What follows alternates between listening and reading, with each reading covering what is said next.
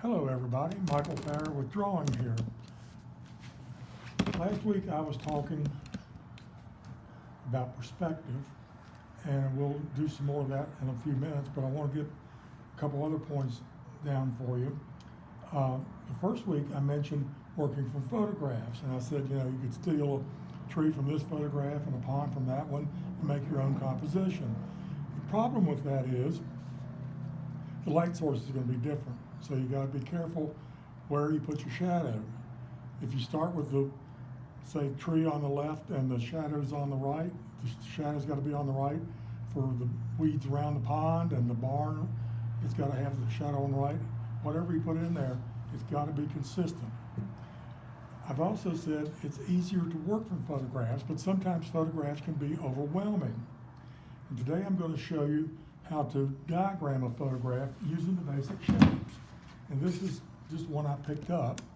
I think one of my students gave it to me, because I have no idea where it is.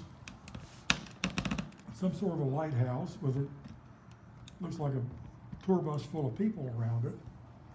And so I'm going to start with just this basic shape right here of this lighthouse.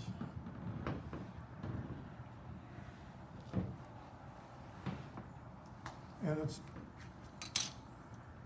it's a round lighthouse, and you can tell that because this curves, this railing curves, all these curve, so the bottom is going to be curved also. I just put this line on the paper as a indication of the middle, the plumb bob line again. So this is basically an elongated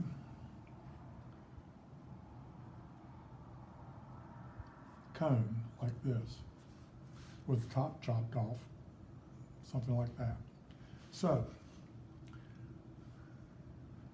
not sure what's wrong with my voice today. I'm too old to be going through the change.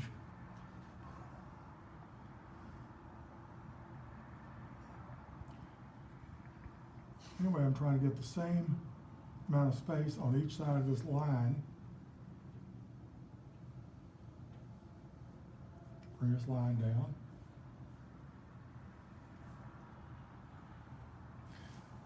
Tell you what, let me flip this paper over. Let me do this. I may have mentioned thumbnail sketches. This is going to be a thumbnail sketch, and what they're for is to work out the basic shapes, the compositions, the light dark patterns, that sort of thing. So instead of doing this whole page, I'm just going to do a drawing about this big.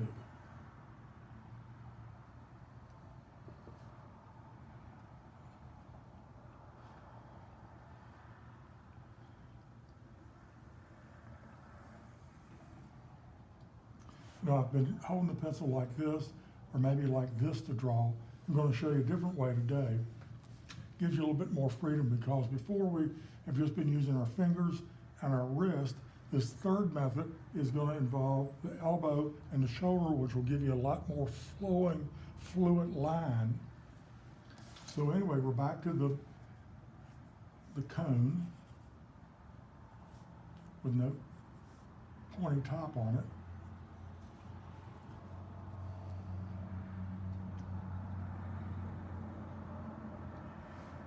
And if you make a mistake, it's not the end of the world. Don't sweat it. These are like preliminary drawings, sketches for, say, a finished drawing. Maybe a bigger piece of paper or whatever.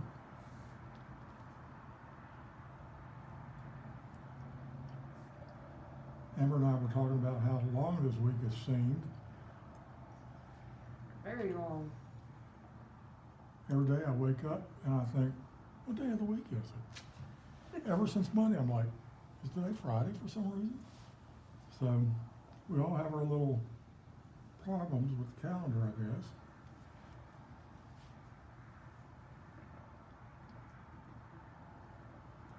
So again, I'm just drawing what I see. This is this is a cylindrical shape like this. Up here on top of this sawed-off cone. And since it's way taller than I am, I don't see this. What I'm seeing is more like this. So it's going to be curved this way. So again, you draw what you see, not what you think you see, and you'll be okay. Same thing up here.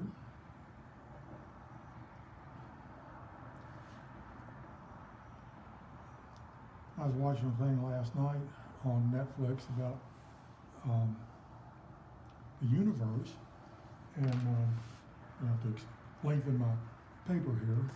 Everybody's got a paper lengthener, don't they? And anyway, they were using lighthouses as an example.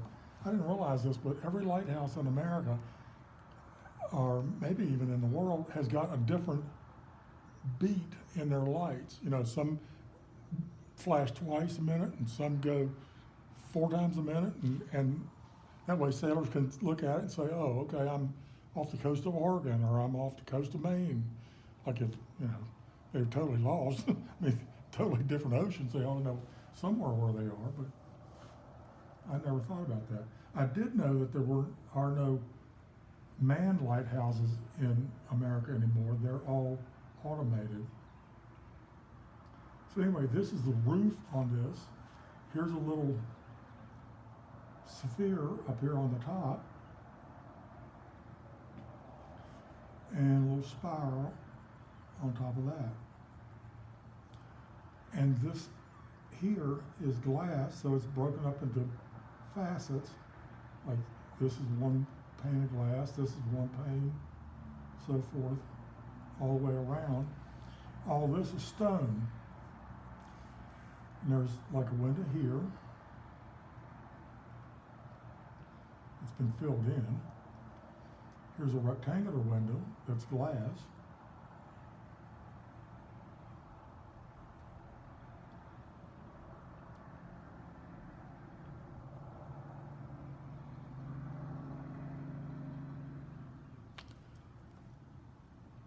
Behind it, we've got a building, and the building is sort of a square. So there's a square, rectangle shape, like so. And it's the eave end, the pointy end, so come up with a roof like this.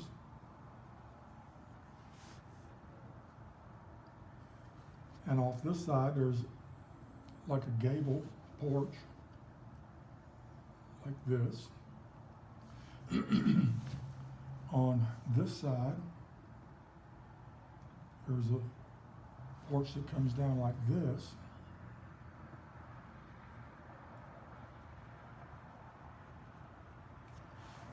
Okay. There's an older gentleman right here. There's his head. All these are viewed from the back. So anyway, this is his head. Here's his torso.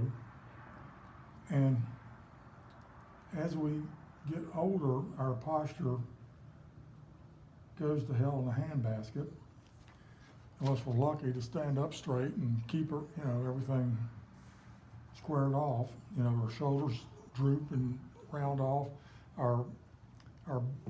We get, as my father used to say, the furniture disease. Our chests sort of droop over our drawers.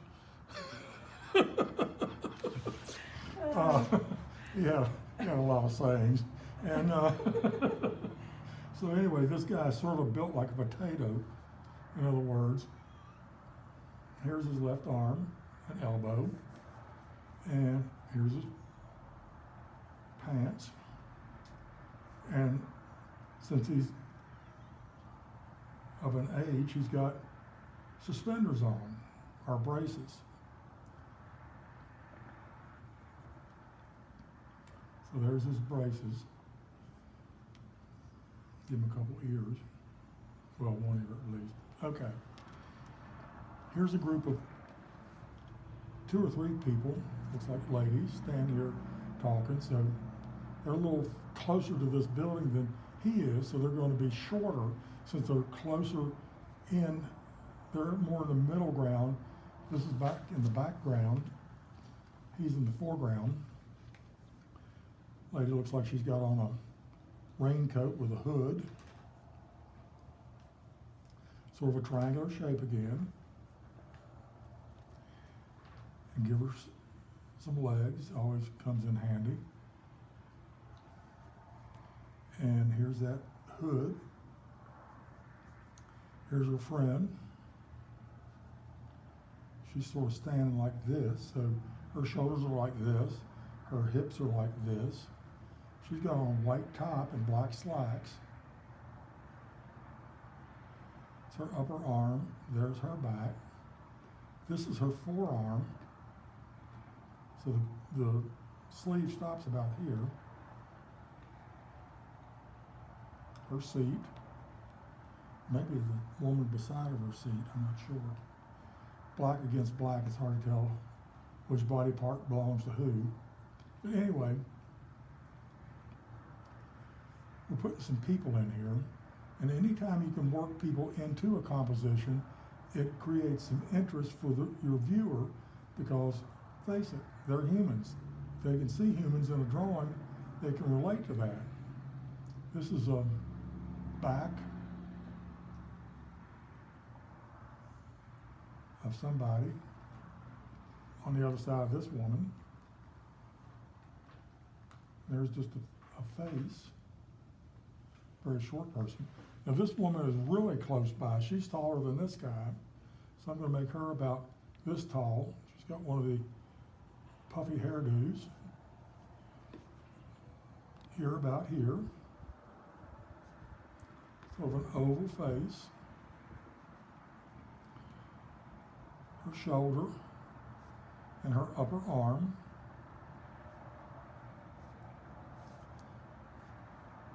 And I'm not seeing her nose, so I'm not going to draw it in there.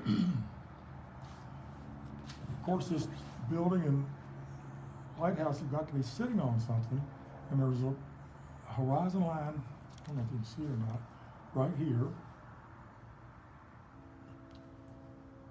And it sort of disappears over here in the trees and whatnot. And there's a mountain with some trees over here, like that. This all in here is mottled sunlight. And actually there's a square here, a rectangle. So this is grass. Her hair is dark.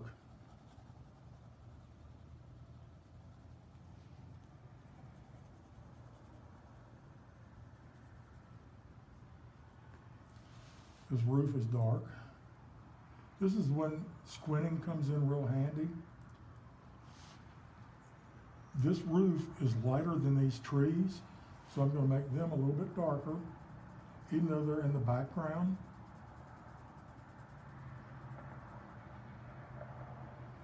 You got to be able to tell one from the other.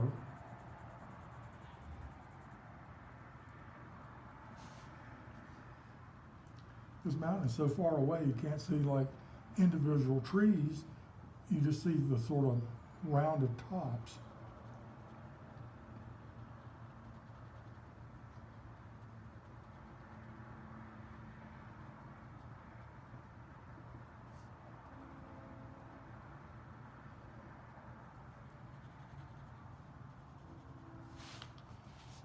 Some other things going on back there, but I'm not going to draw 75 people in this little drawing. I think I've got the point across. Simplify, start big, work small, pay attention to what you're doing. This is a window right here, and it's dark right here. And this roof that juts out is kind of dark, at least as dark as that one, right?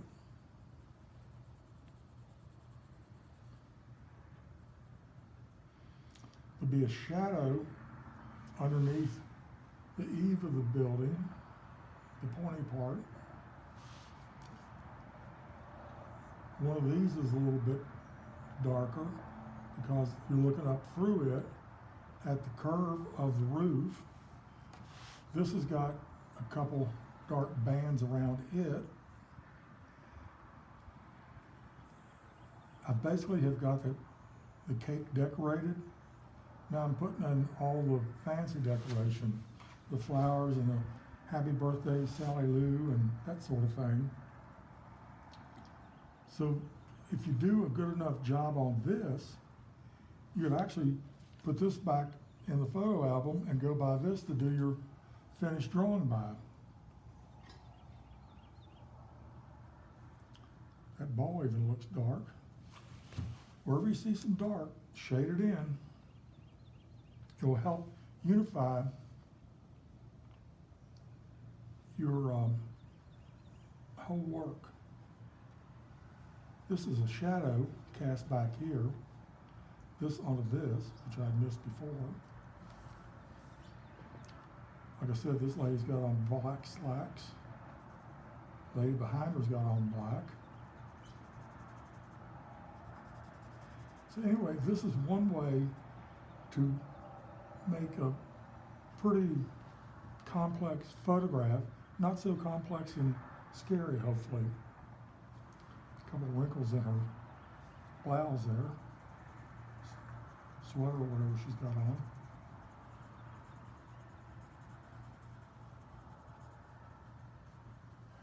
She's got on black slacks.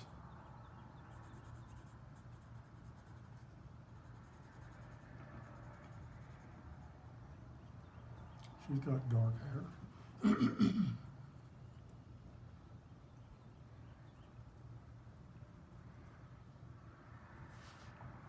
And his suspenders are real dark. A little shading on his pants and his shirt. A little bit more grass up in here. All this is underneath this porch roof, so all this is going to be dark.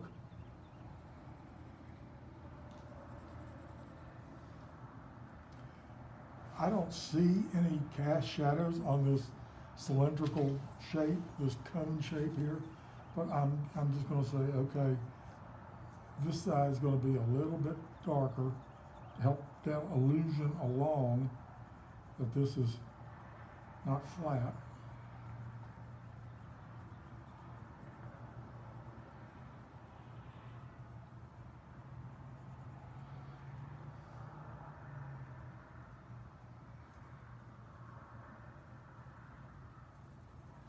Did we have any photos or comments this week, Amber? No. Shucks. Come on, guys, send us something Yeah, we want to see it. and hear it.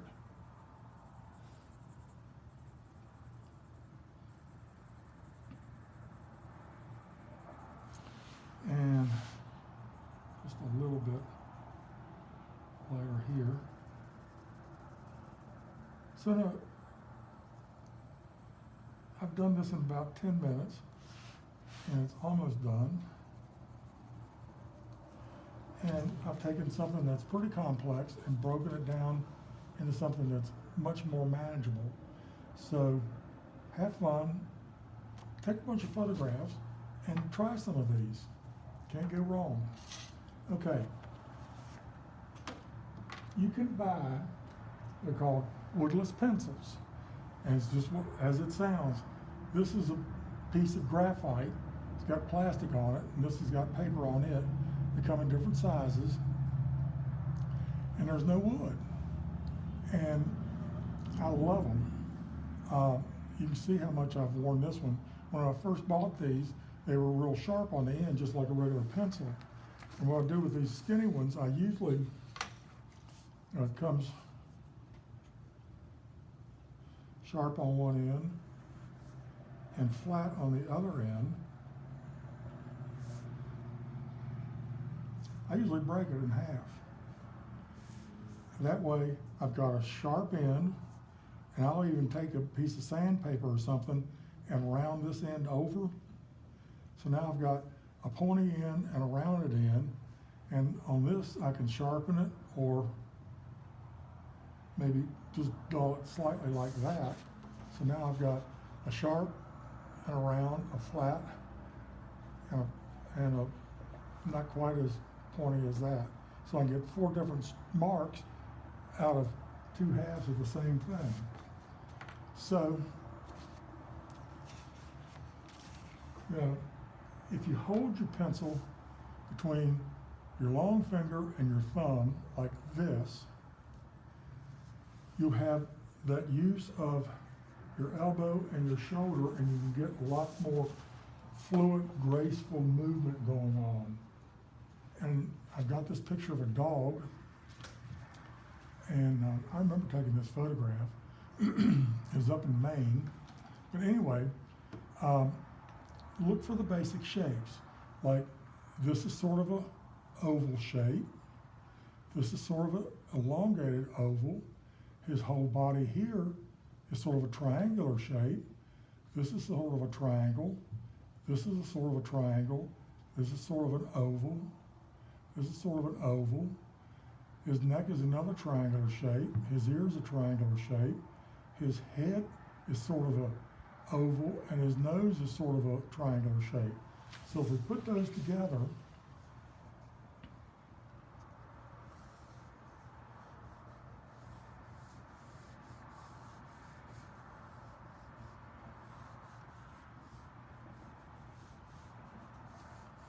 this is the body, the triangular shape.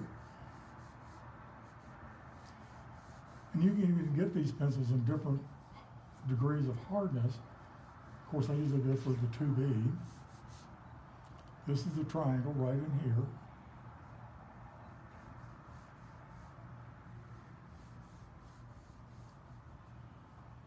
This is a long triangle right here.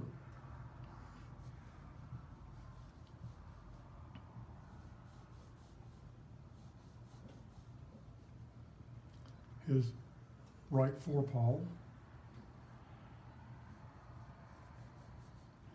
his back right paw, his left front paw, sort of tucked in underneath here,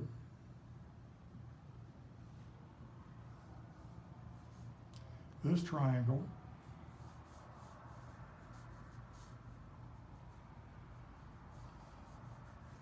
his ear, his head, this triangle right in here,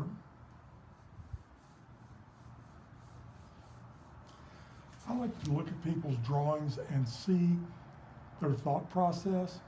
You know, everybody can't just sit down and draw a perfect dog or elephant or tiger lily or tiger or still life or whatever.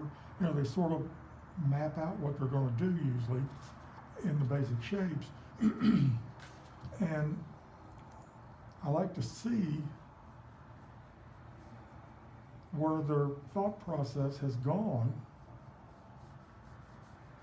So I'm going to leave some of these basically starting lines until a little bit later.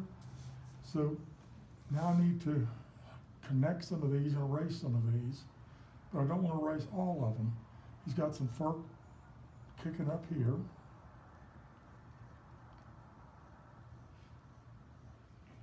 Since it is fur, sorry, it's going to be a line sort of like this, or as if it was say, a rhinoceros, it'd be more of a line like that. You know, they're hard-shelled, like hippopotamuses and armadillos. Horses, I mean, horses have hair, but it's not fluffy and furry like a dog's.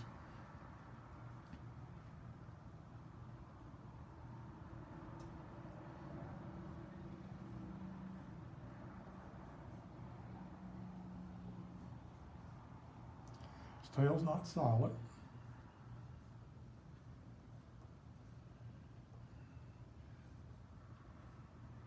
Right in here, I don't know if that's considered a knee or an elbow on a dog, but there it is. I can go to vet anatomy class. Probably just as well.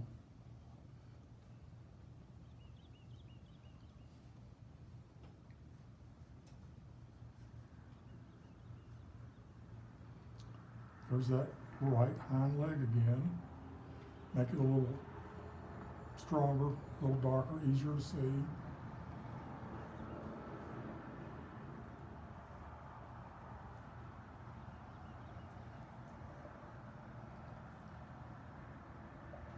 We'll make his ear a little bit longer.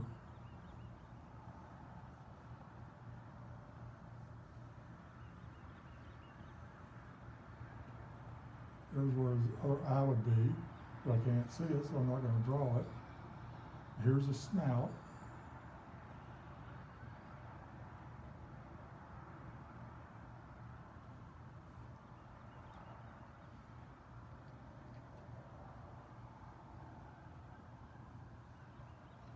That curve of fur right there.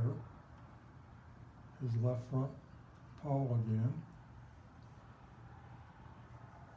This is furry. That's sort of smooth. His right front needs to be a little bit longer.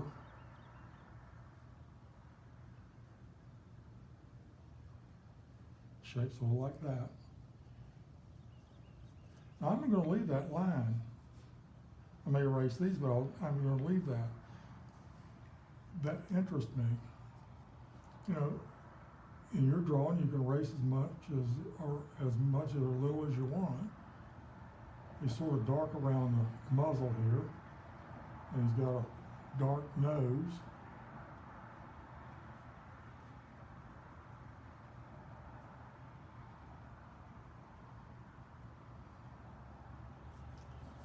And he's got an almond-shaped eye, which should be about here, across from this eye.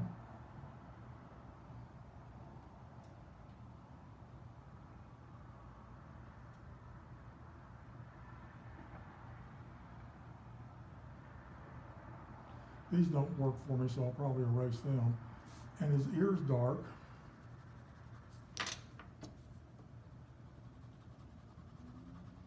Bigger area, bigger pencil. And the top of his head is dark.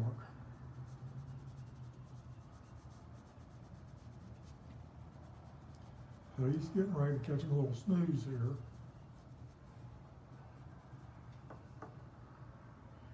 He's darker on top than he is on the bottom.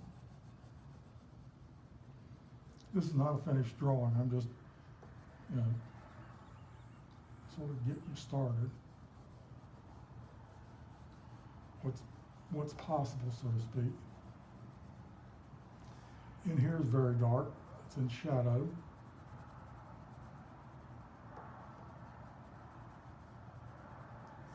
Very dark here. His arm's casting a shadow on the ground. This is his left rear paw here. I just noticed it. I don't know how I missed it the first go around. Can you see that from there, Amber? Where my thumbnail is? Yeah. I don't know how I missed that. Kind of blends in with the ground there. Yeah. Kind of dark in here.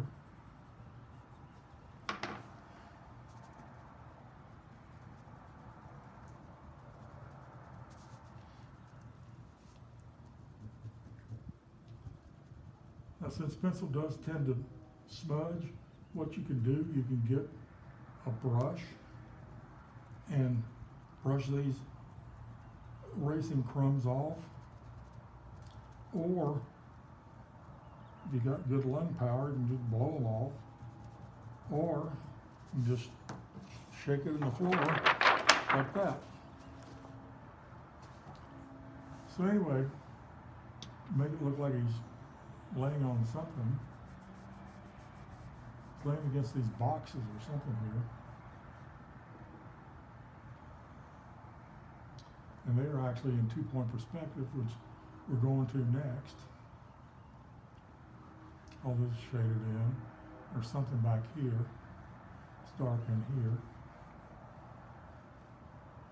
Goes up.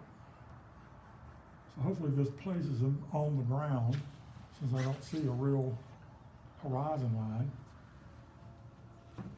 But does that help you understand the basic shapes and getting more complex things drawn? Excellent. Okay. In this next exercise, last week we did the one-point perspective, which, we took a box.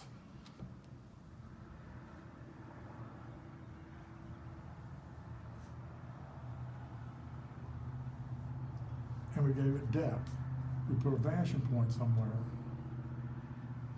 And we took all the angle lines and ran to that, what's called a vanishing point.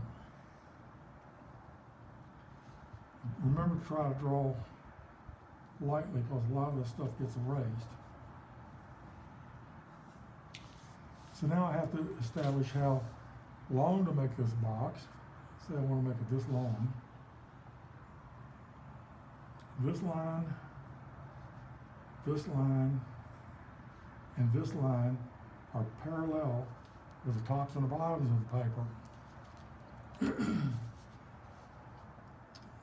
This line, and this last line are parallel with the sides of the paper.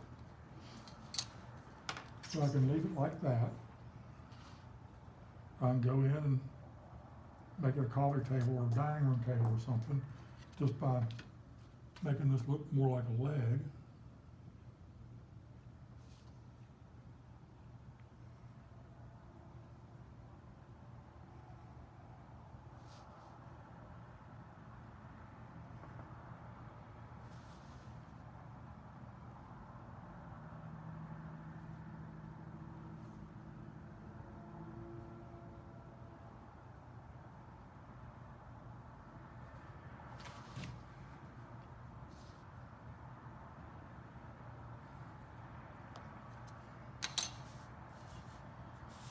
So this is on this side.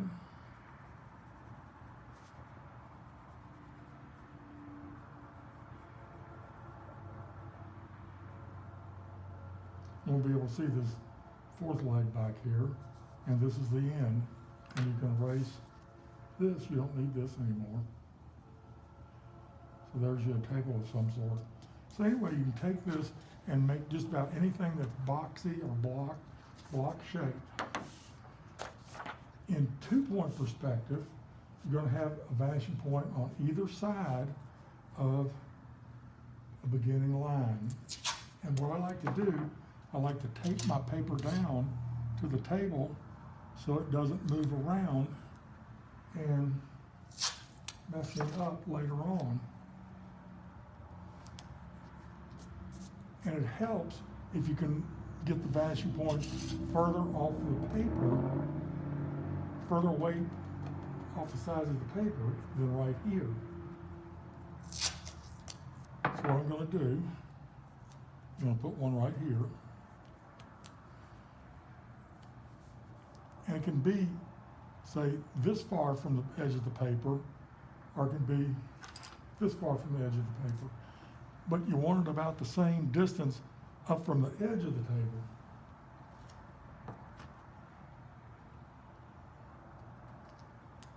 I'll show you why. I like to mark these with an X. I also like to do it with a pen that works. Old pens. All right.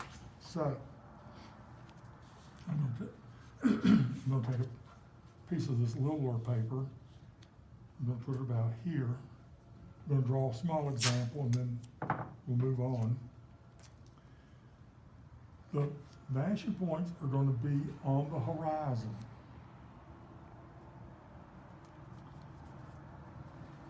I'll show you what happens if they're below or above. We've got plenty of time. This is, again, All the verticals in this exercise are parallel with the sides of your paper.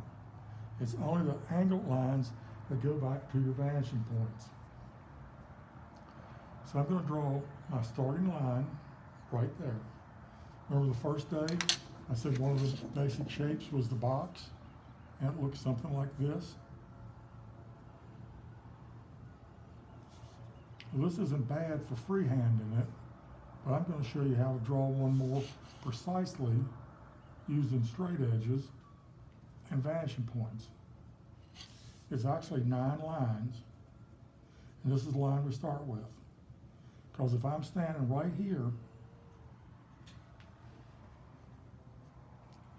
I'm closest to this one. So,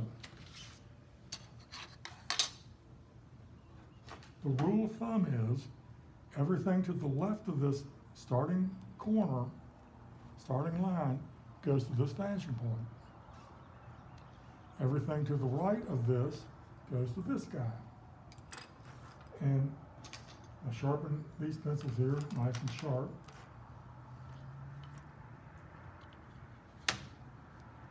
So I'm just going to start off with a box, because everything starts with a box.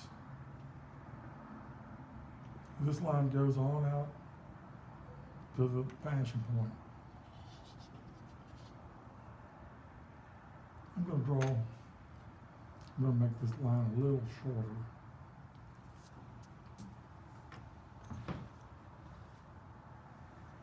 Okay. There we go. From the starting line back to the left vanishing point,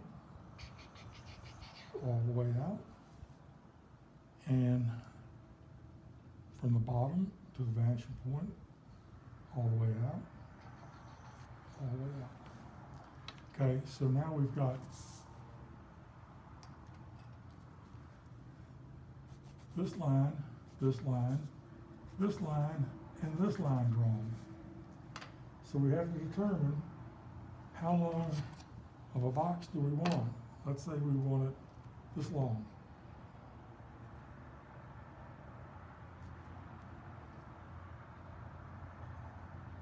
Okay, so now we've got this line and this line drawn.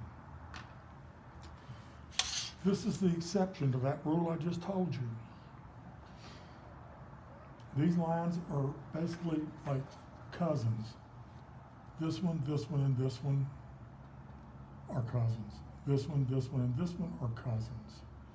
This one, and this one, and this one are cousins. So I've got the 2 cousins. I need to get the 3rd one. And these 2 went to this vanishing point.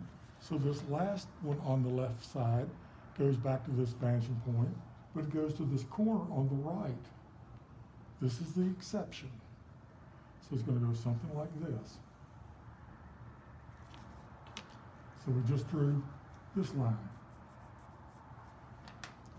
Now to get the 9th line in there, we go from this corner on the left to the vanishing point on the right, like so.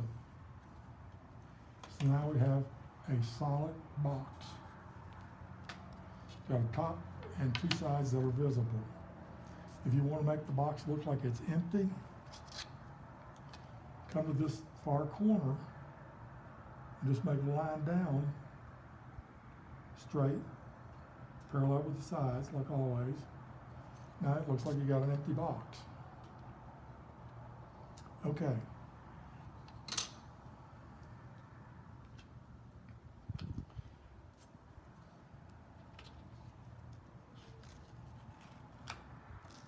I love this green tape. It's good and sticky, but not too sticky. That starting line right here was below the horizon. Let me put it on the horizon.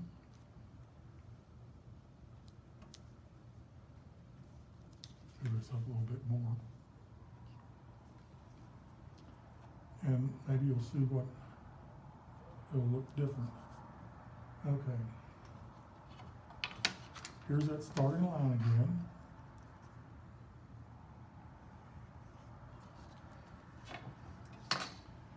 Back to this vanishing point for the right.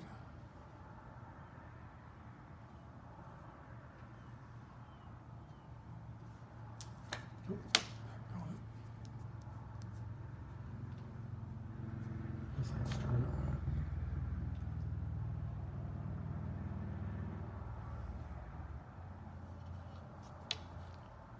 Back to this vanishing point on the left,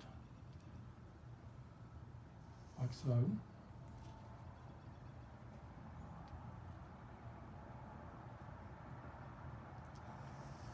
Okay, so now we need to determine how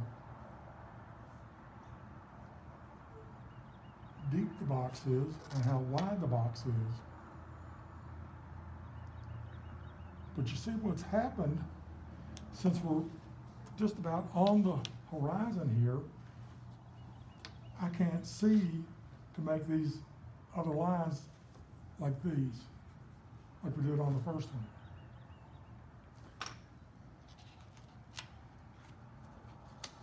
If I go one higher, so basically we've done on the horizon, below the horizon. This is what it's going to look like up above the horizon.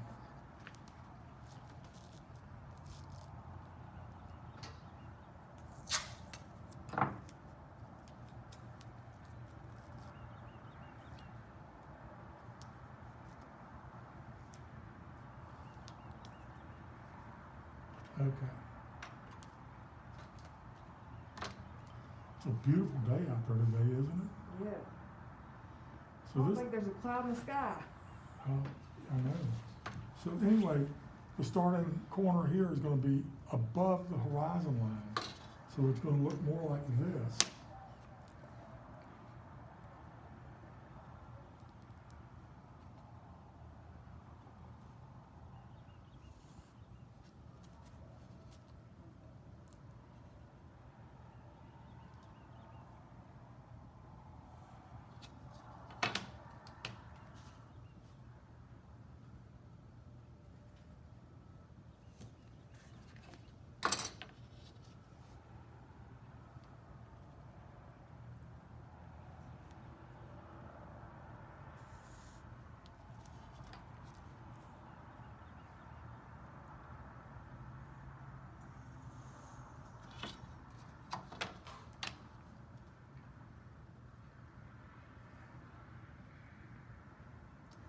So there's the problem with having it up above the horizon line.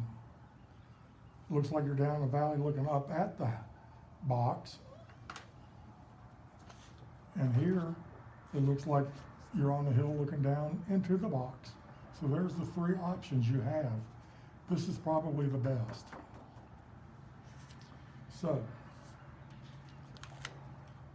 let me flip this over.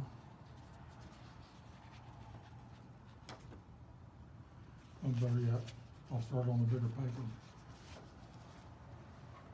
Okay.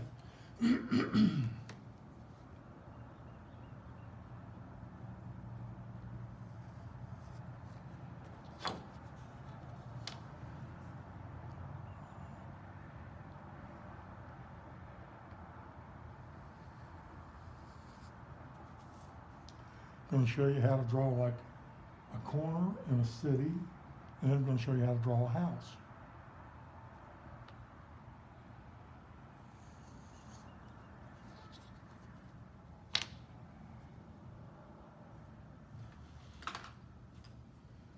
I made that a little too tall. My bad.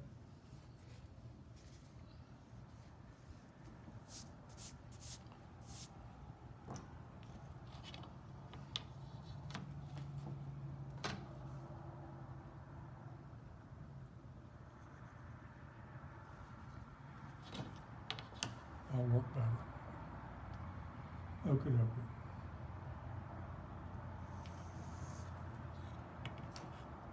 It's all done for everything else. So,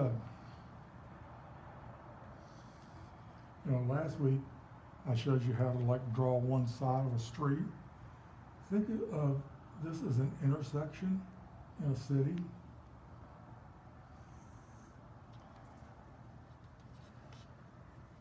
this is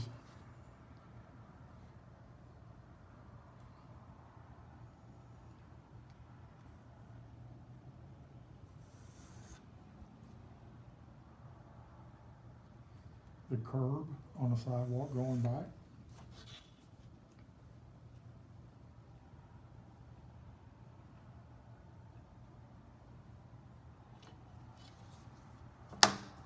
Pencil slip there.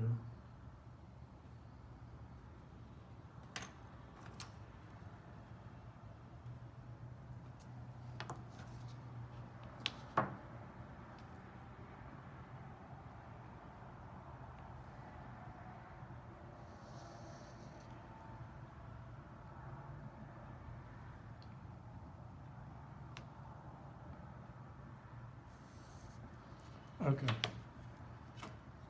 So here's a street, here's a street.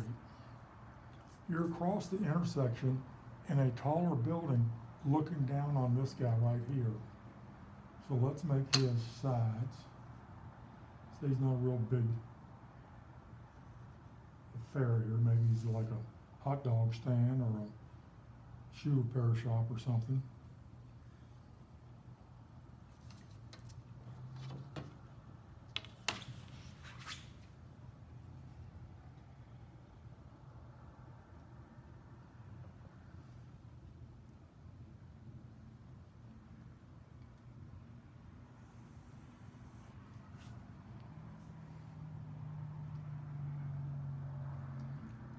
Remember, this is the exception, okay? There's the top of this little short building. I'm gonna erase these lines because I'm gonna make some taller buildings for his neighbors.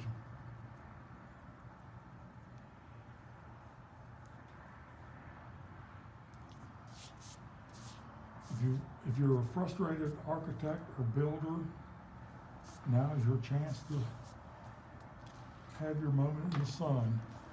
I had a builder in one of my classes up in Roanoke, and he said, man, if I had had this knowledge when I was still working, he was retired, I could have made a lot more money.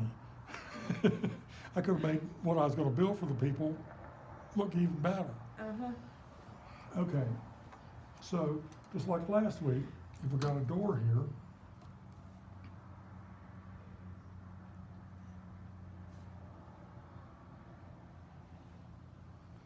and a show window on this side.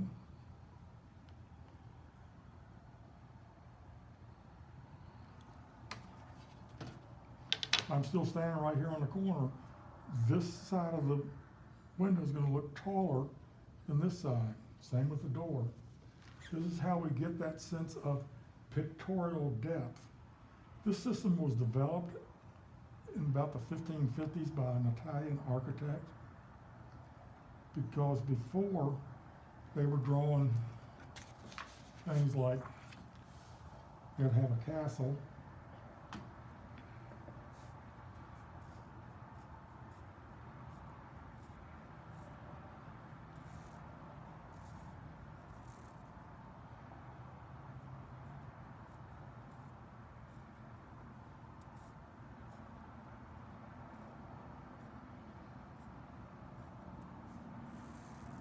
then they'd have a horse. It's not going to be a real fancy horse, obviously.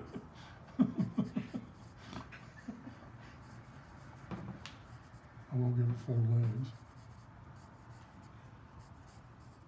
a long tail. But anyway, then they have a man like this big. You know, they just didn't have any sense of proportion. There's no way on earth that that horse could get through that door. Anyway, after this guy developed this, it made everything look a lot better. It didn't look like you were living in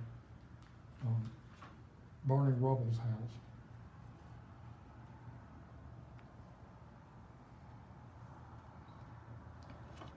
Okay. That's what that is. Little ragu right there.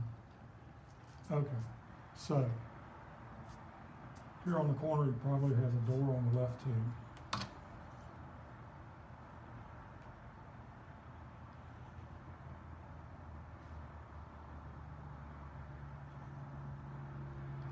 This one may have a transit above it.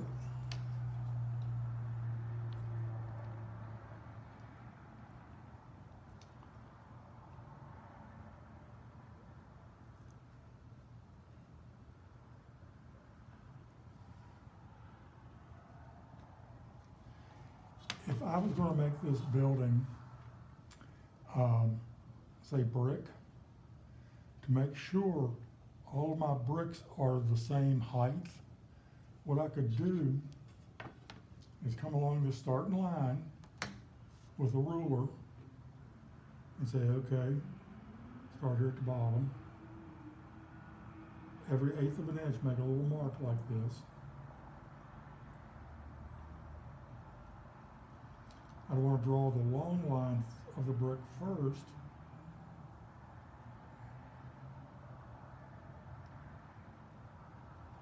I won't do this all the way up. But since I've done it on this line, I can refer to both sides and it won't be more brick on one side than the other.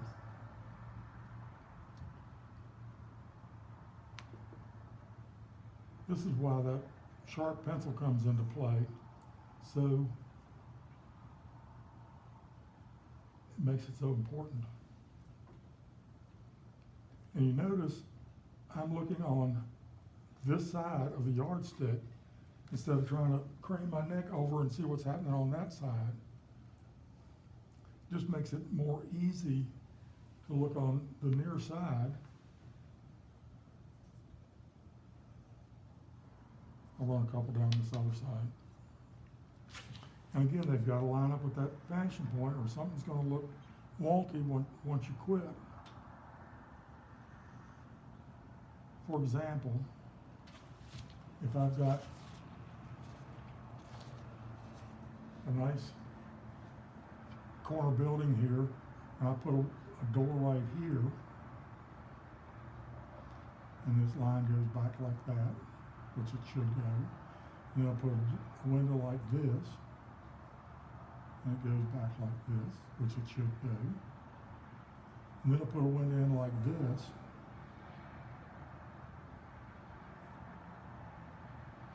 You see, something's obviously wrong with that guy. What happened is they weren't following the line out to the vanishing point. You can't just make this stuff up. Once you start with the vanishing point, you have to finish with the vanishing point. That being said, if I had 10 people in class, everybody's drawing would look pretty much like everybody else's drawing in class. And to get a little individuality in your drawings, a lot of artists will go back and they'll say, okay, I'm going to erase this line. I'm going to freehand it. If it's off a little bit, so be it. Maybe I'll freehand a door on this side. Now they should still go to the vanishing point, so you don't end up with something looking like this guy. But just something like this gives it more individualism than if you left them all like this. When you do brick or stone, what you want to do is you want to stagger the joints. And the space in between is called the joint. So if I'm laying block or stone, I want it to look like this. Stagger, stagger, stagger.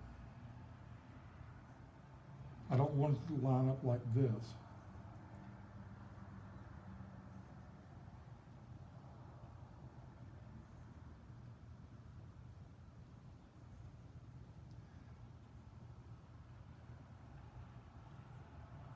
This looks better It also helps it be stronger, and it also helps it shed rainwater. Because if the rain hits up here, it's going to run right down through this mortar joint and eventually weaken it. But if the rain hits here, then it's got to zig and zag and wear itself out. So this will last a lot longer than this. That's why I said draw the long side of the brick first, or cinder block, or vinyl siding, or whatever you got on this building. And then you can go in and do this. A little sharper pencil.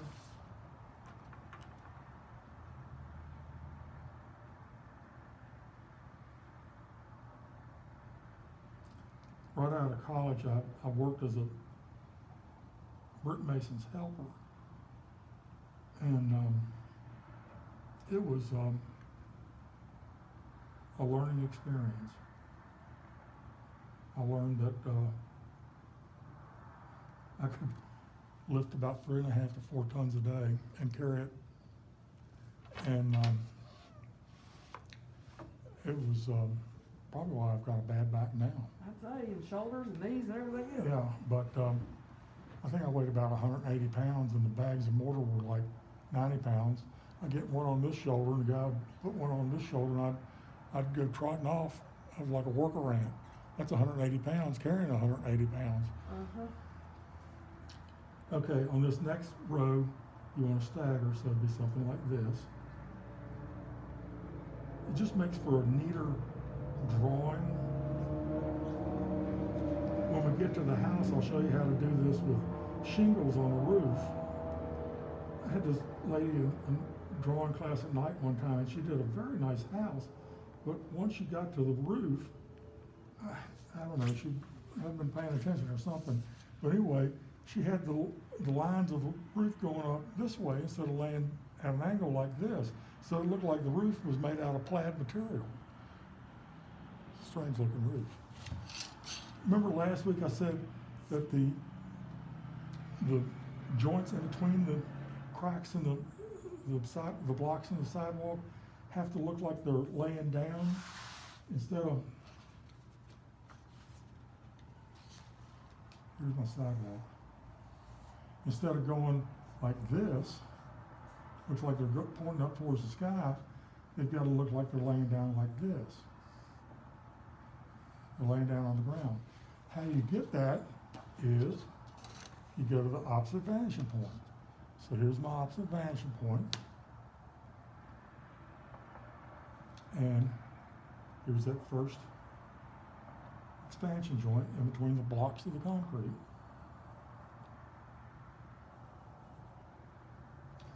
I watched a documentary about the assassination of JFK and his burial and everything the other night.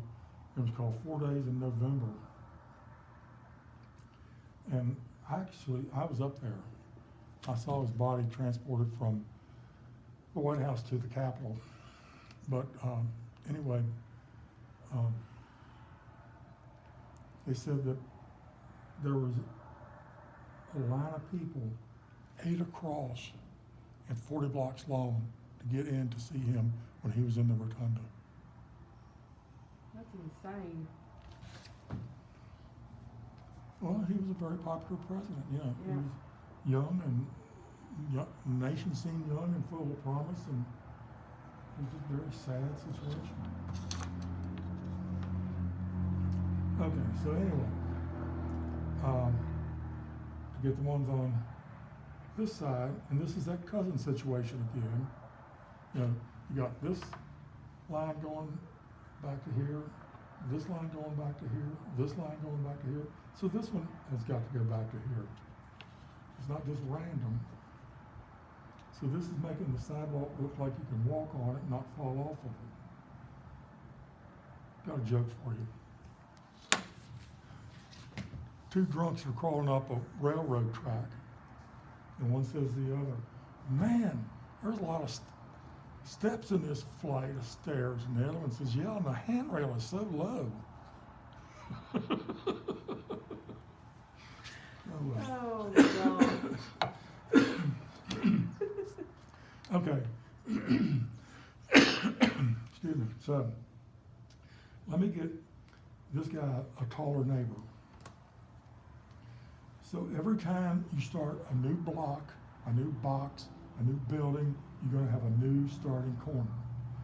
So if I'm still standing here and I start the building right here, this is going to be the closest corner to me. So if this guy's, say, 1 story, this guy's probably 3 stories tall. And leave a little space there. So here's his back wall. So he's pretty deep. Maybe he's a furniture store or whatever. Make him a little wider. Got a little bit more inventory to sell. Okay. So once again, starting corner to the vanishing point on the right to get the front of this building done in.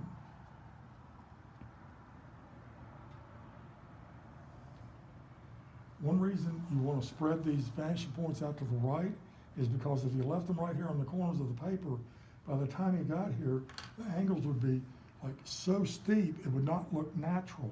But when you have them spread out, it's a more gradual angle, and it looks more believable.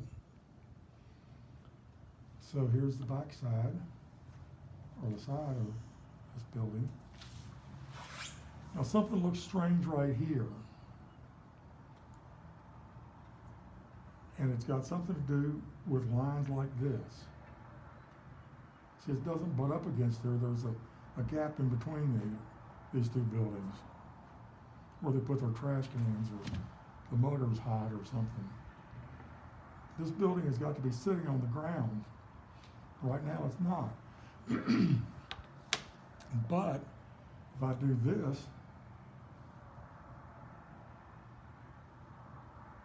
just that little line makes it look like it's sitting on the ground, doesn't it? Mm-hmm.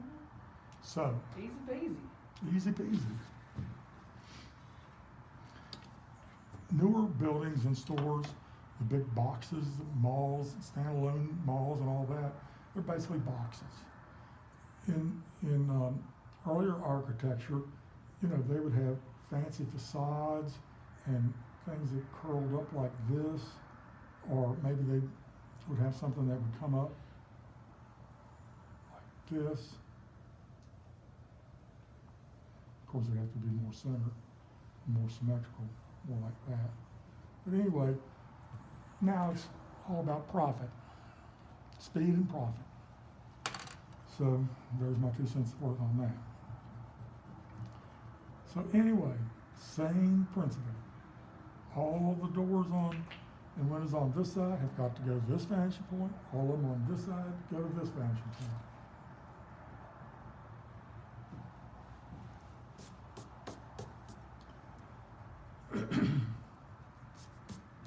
So, same thing. I could draw a building here that was even taller. You don't even see the top of it, it's so tall.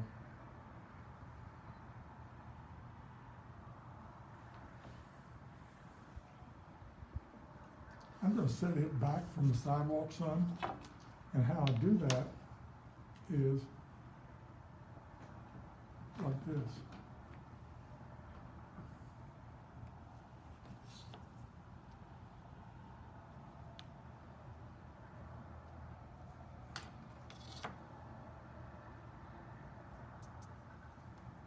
So he's got like a little plaza in front of it. It may have a big fancy door. I'm going to do the fancy door here. Got more real estate to work with. I can do a door like this. I don't know how I managed to get a perfect line with a ruler.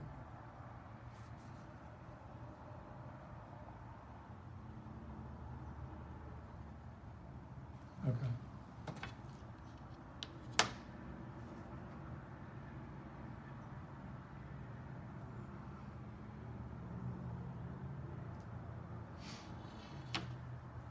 Say I wanted to put an arch on the top of this rectangle. how would I find the center of this? This is the easiest thing I can teach you. Think of cutting a sandwich catty corner, like from corner to corner. Line it up like this and make a little mark like that.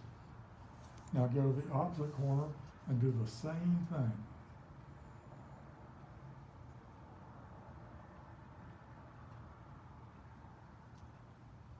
Where those two lines cross, that is the middle of this shape. So if I bring a line, or even a dot, up here, that's the middle of this shape. So I can draw like a arc here,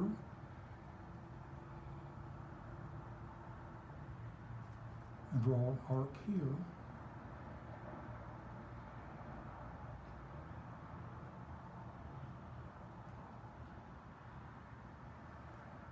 I don't need that X anymore. And say this one's got a inset door. You know, it's like a little vestibule on the outside instead of on the inside. So people can stand out of the rain or whatever.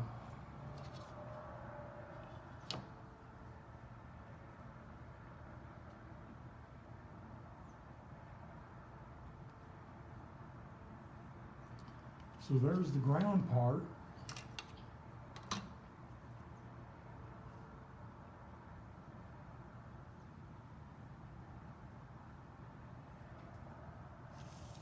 Here's the wall part. This could be your door. So you see, you can duck in out of the rain here. Maybe pull up and have valet parking here. There's just all sorts of, you could have balconies, you could have umbrellas. Let's do an umbrella on a building here. I'll leave an alleyway here. You gotta get through and collect the garbage or something at night.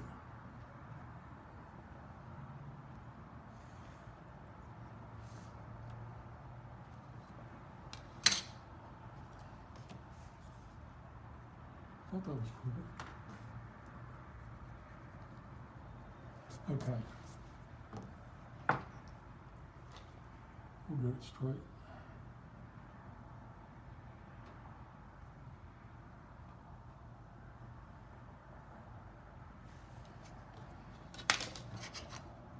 And again, to put this one on the ground, like we did here and here, we go back to here, because there's the first cousin, first cousin, second cousin.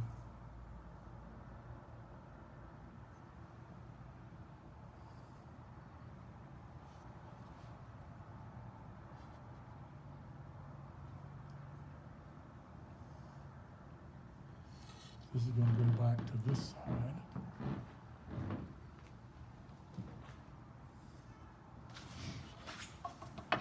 Had a lady in drawing class one time, and she'd sort of been struggling with various things, but when she got to this, man, she just took off.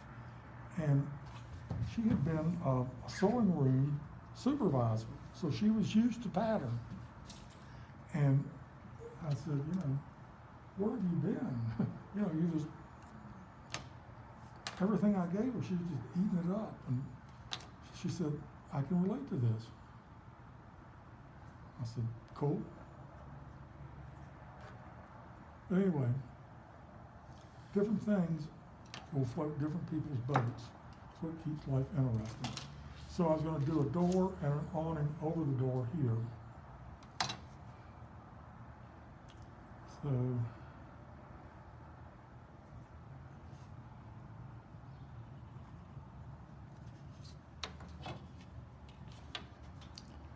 new corner, new starting place, left of it, goes this way. Okay, so I need to think, how deep of an awning do I want? Let's cover the sidewalk. So I come out this far.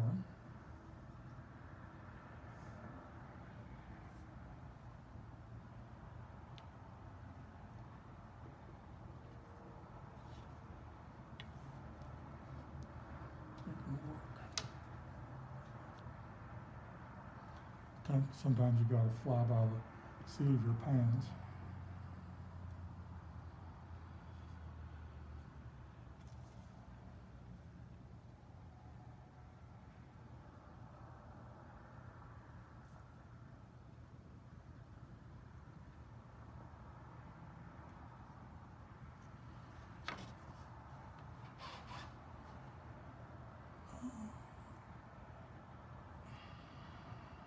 I could do one like this, easier.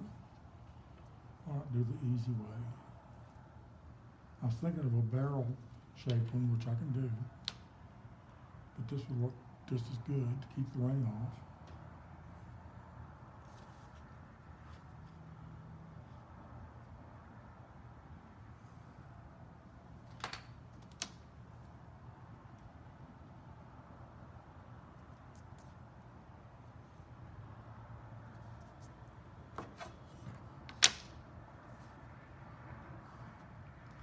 Big plans for the weekend?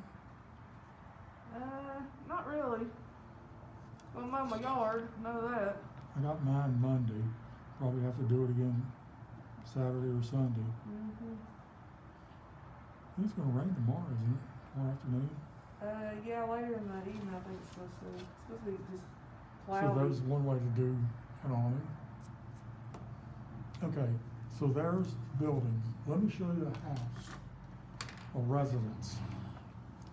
I had a husband-wife team in a drawing class one night, and he was a doctor and she was a nurse. And I said, his name was Don, so I said, Don, what do you think? And his wife was really getting into this. I mean, she was doing like post out at the end of the driveway and sunken patio and all this stuff. And he said, I think it's going to cost me money. Yep. Okay.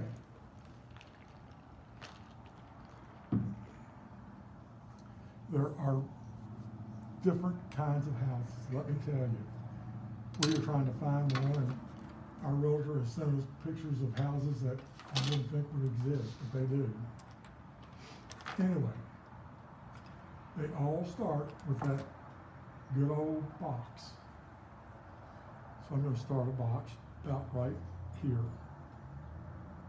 And it's going to be below these two vanishing points. So, shorten that already.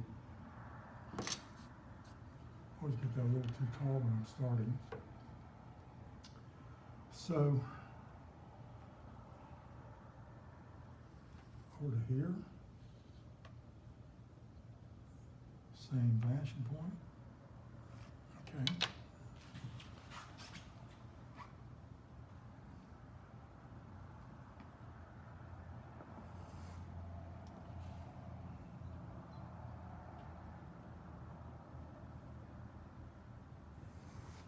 Okay.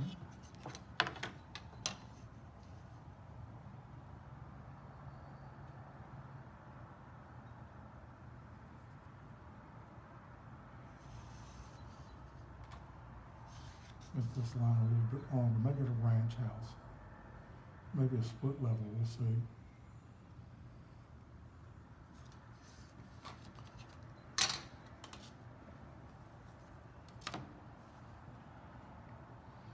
I don't know if it's just here in East Tennessee or if it's nationwide, but they'll say, 2,300 square feet finished. And then you start reading the fine print in these ads, and it's like 1,500 square feet finished. You got unfinished garage and unfinished basement and all this sort of stuff. Okay, I've taken you this far before, but in a house,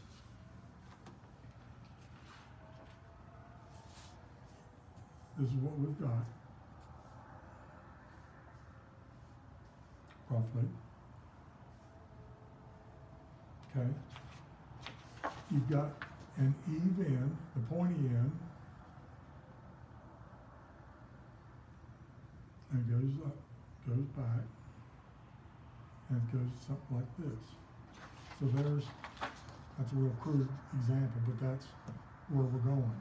Okay, how do I know where to start this line? I gave it away when I did the arch over here. Like cutting a catty corn sandwich, we go from here to here. Make a little mark right there. Go from there to there, and make another little mark, like so, and go up from there. Now, if it's a ranch, the roof is going to be about that tall.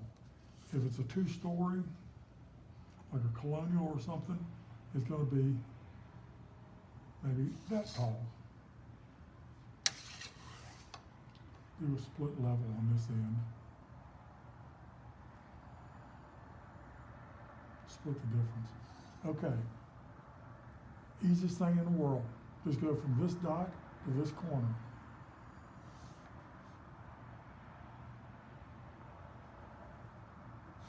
Boom. Now from that dot to this corner, and you got your tops of the walls. Now, here's the first cousin, second cousin, third cousin, starts here and runs to here. This is another quick, easy tip I've learned. I'm going to pass on to you.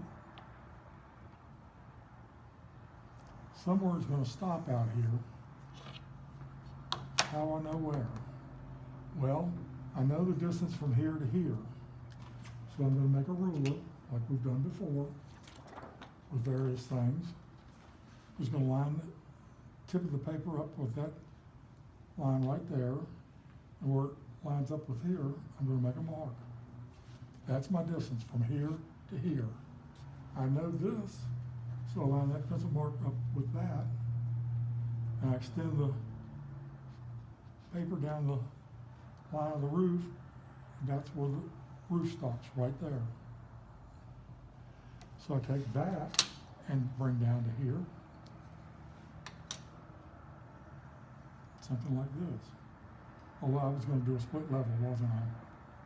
I'll do this and then I'll do a split level. So there's the back edge of the roof. So I don't need that anymore. It depends if I need this line or not. Some houses have, say, brick up to here and then vinyl up to here, or shingles up to here and then siding up to here. Some have siding up all the way to the tip of the eave. Some have brick all the way up to the tip of the eave. It just depends on what you got. So to make this more of a split level, I'm going to come in maybe about here.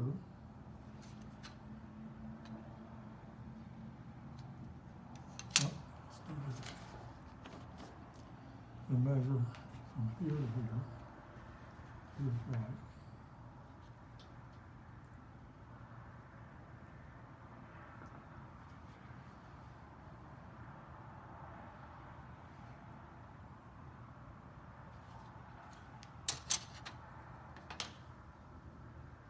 So this is the higher part of the split level.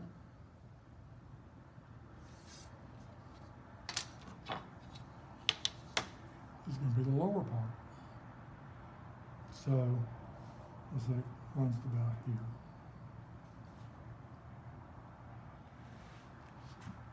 So anyway, now we're going to have a split level, and I can erase this part because I don't need it anymore.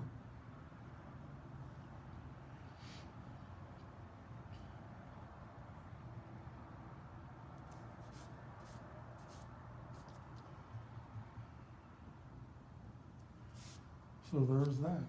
Okay. So, everything you put on here, I don't care if it's a fence, swimming pool, above ground or in ground, driveways, garage attached or detached, whatever, all that stuff needs to go to a vantage point on one side or the other, maybe both. Let me say I wanted to do, let me do a chimney on this end. So what I'm gonna do, I'm gonna draw, let me draw this. Chimney juts out from the wall. This was the center of that wall. Okay. So if I have a line coming like this,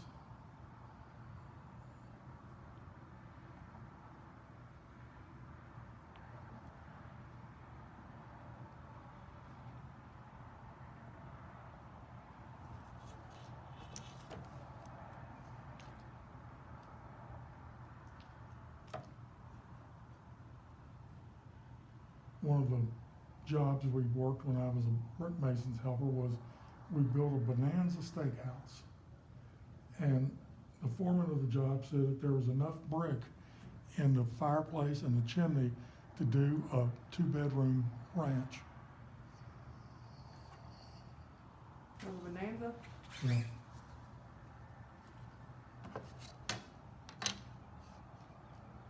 I think it was bonanza.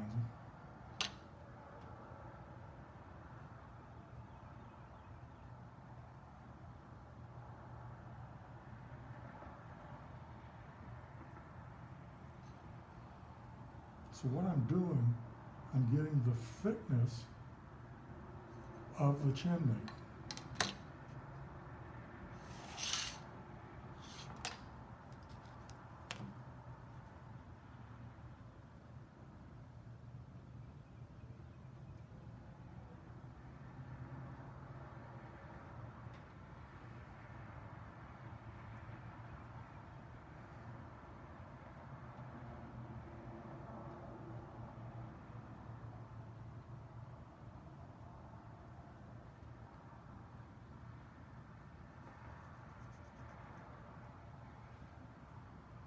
Can be a big chimney for a house.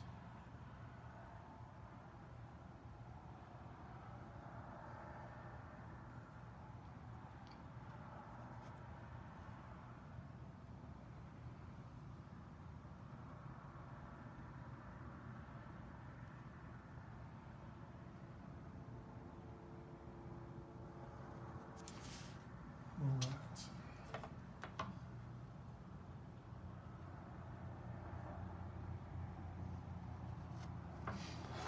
This is the starting corner, so it's got to be a little taller.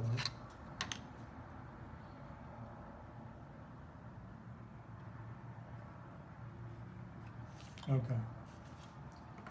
So I don't need any of these lines because you cannot see through brick or rock, whatever we build this out of.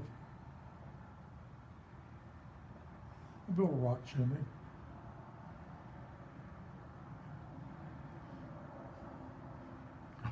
Because of operations, it took me 2.5 years, but I got her done.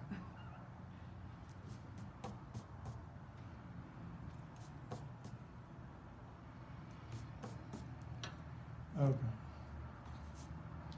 So, one of the problems with chimneys is this line at the top usually looks so flat. Doesn't look like it's in perspective, but we'll try. We know it goes back to the right because it's to the right of this starting corner, right?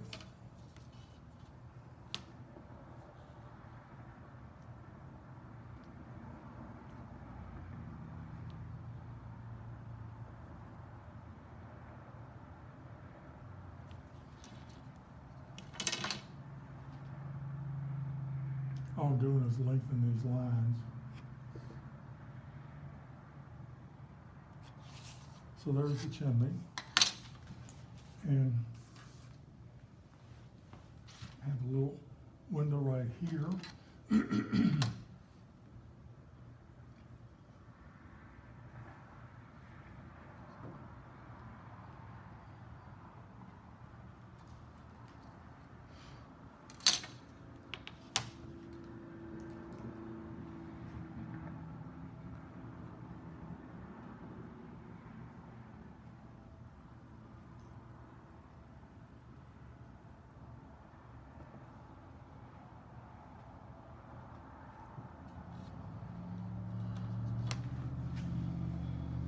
You could have a porch on this section if you wanted.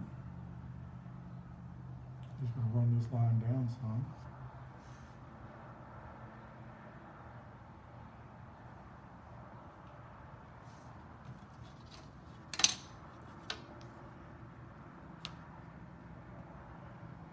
If you're working from a photograph, doing two-point perspective, unless you took it, the problem is going to be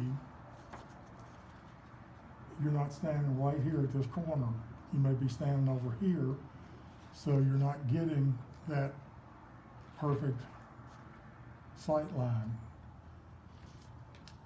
If you have to stop your drawing for some reason, say you're drawing your kitchen counter and the grandkids come over and you gotta stop the drawing and take up all your tape and everything, how do you find the vanishing points again? What you need to do is lay two straight edges along the longest lines,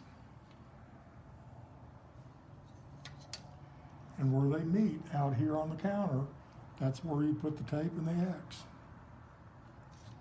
And it should work. The best scenario is you get all the angled lines drawn in before you have to move it. Hopefully.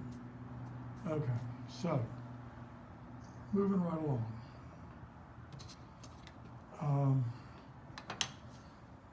Gotta have a porch in here with some columns to hold up the roof of the porch.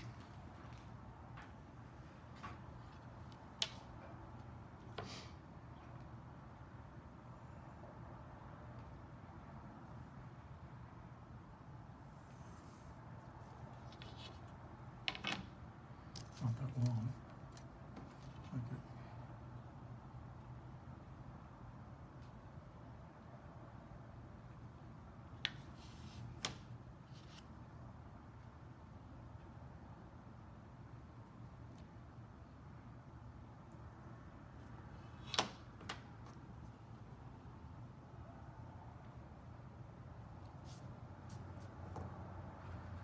Okay. So now, on this side, you're going to see a little bit of that window. Windows are usually symmetrical.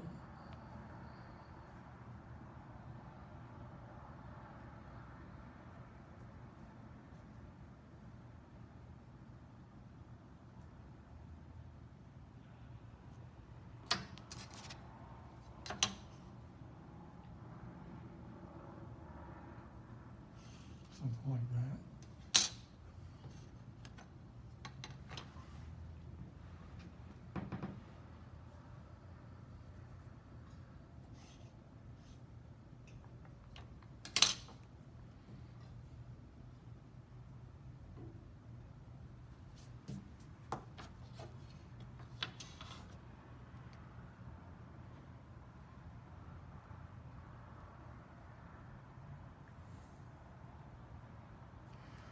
Anyway, if you like detail, or OCD, or whatever, you will probably really get into two-point perspective.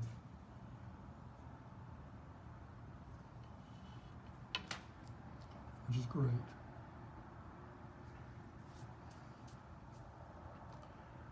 I did a show in Williamsburg, Virginia.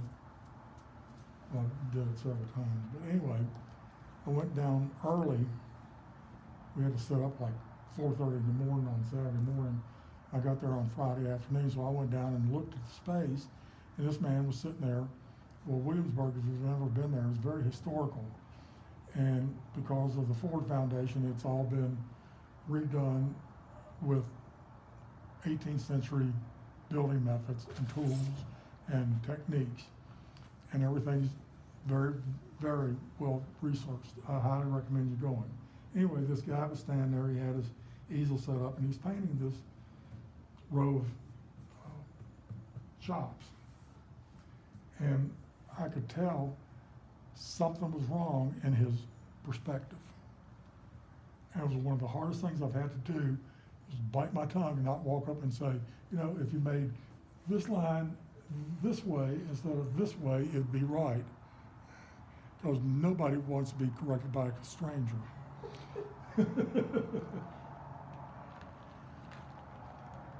I figured he'd figure it out eventually, but it was painful to watch. Okay, so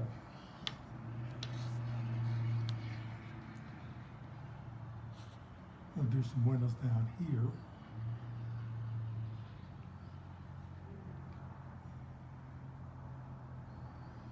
I did a large, it was a rendering. I mean, it was like an architectural rendering, all shaded in and everything, of the house I used to live in, with the chimney out front that I built. And I spent hours and hours on that bad boy. And I was rather proud of it. And I had taken it to a class to show, you know, what was possible with two-point perspective. And I set it aside, and it was actually a painting class. And this woman comes up to show me something with her painting, and she was carrying on a piece of newspaper, which I figured was safe. We didn't know it, but she had paint on the bottom of the newspaper, and she laid it on that drawing. Oh. And when she lifted up the newspaper with her painting on it, there's, I think it was yellow orange, acrylic on my beautiful graphite drawing. Oh gosh. And she's like, oh, I'm so sorry. And I'm like, oh, don't worry about it, don't worry about it. I didn't have the heart to tell her I spent like 12 hours on it. Oh my gosh. Oh Lord. Anyway, live and learn. Now, if you want these windows to be the same, what you can do is make you a little rule and make them just a little bit fatter as they're coming up this way. Say if this one's this wide, make the next one this wide. And that divider is that wide. So,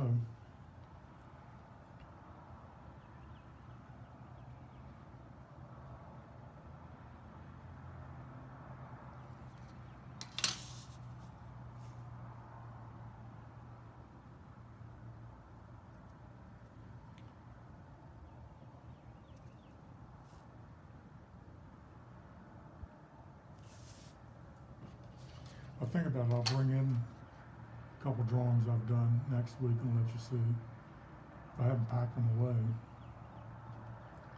That's the problem. I've packed a lot of stuff away and it's buried under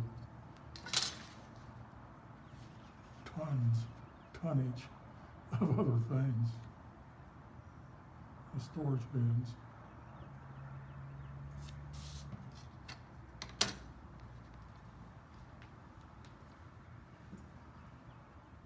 Is your wife's leg doing better? Actually, it is, thank you. Good. Yeah, we're both very relieved about that. It still has, oh, darn it, tape broke loose.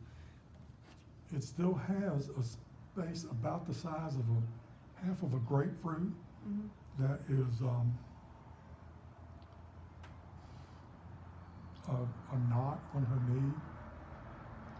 And it's just gonna take a lot of time for it to go down, I'm afraid.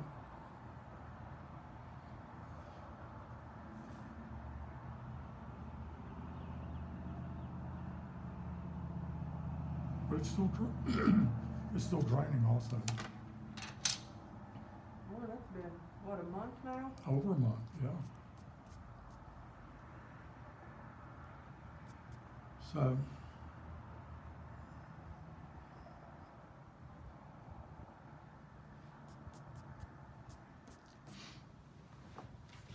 something else we've seen in a lot of these real estate ads, people have like a half-finished basement, and in the other half, they'll have a complete living room with a fireplace and a complete kitchen.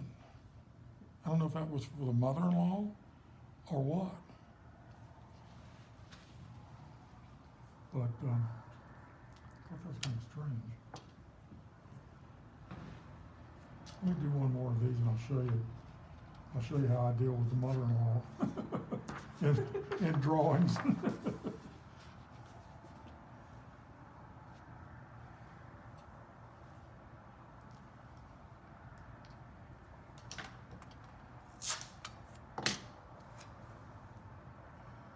Do some dormers, do some steps.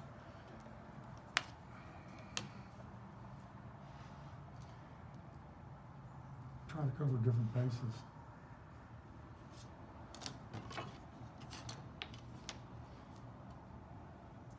I think it helps to see this done a couple of times and try to do it, if not along with me, as soon as you finish watching the video or rerun it or something, so you get this down. I mean, it's like working an algebra problem or learning something new on the computer. If you don't practice it some, it's not going to sink in. And if you're over 50, it certainly isn't going to sink in.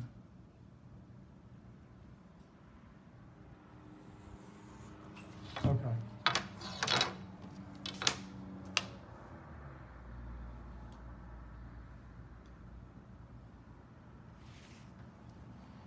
I'm going to make this a little shorter this time. Like so. Okay. Corner to corner. Have a little mark. Corner to corner.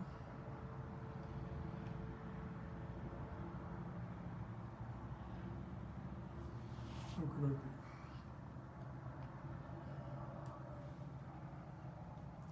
Let's do a ranch.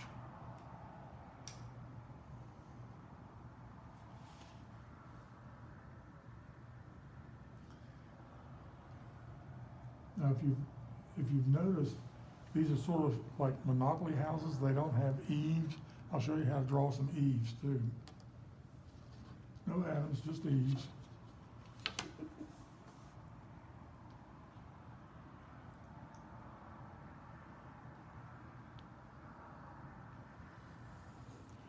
Okay, here's where we make a ruler again. We know this distance. We mark it right here. We know this, so we come up to here and mark right here. Connect that dot with that corner, and that's going to be the back or the left edge of our roof, shall I say. Okay, so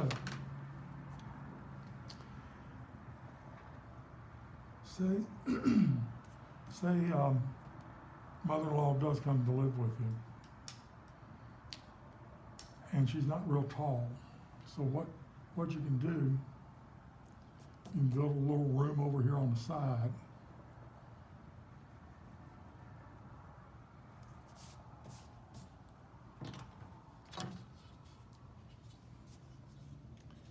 We'll do the top of the roof.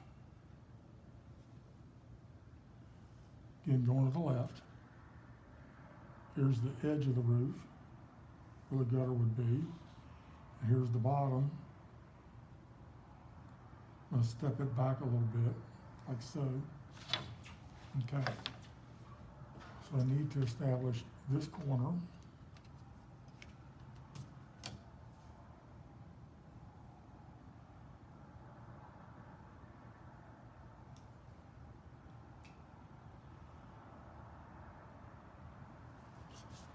So now I need to measure from here to here to figure out how long mother-in-law's roof is gonna be.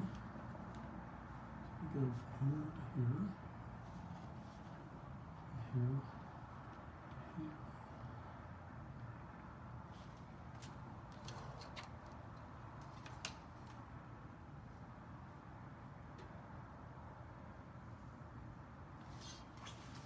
There's her roof.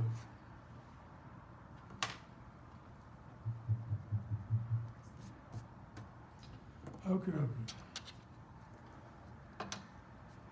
Say, little Johnny shows up.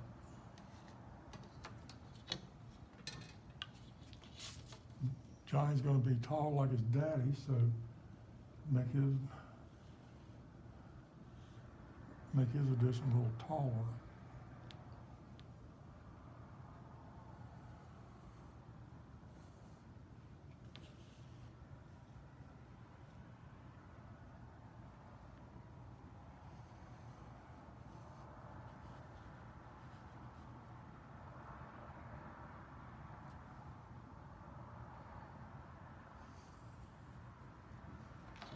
Johnny's gonna end up playing for the NFL here, I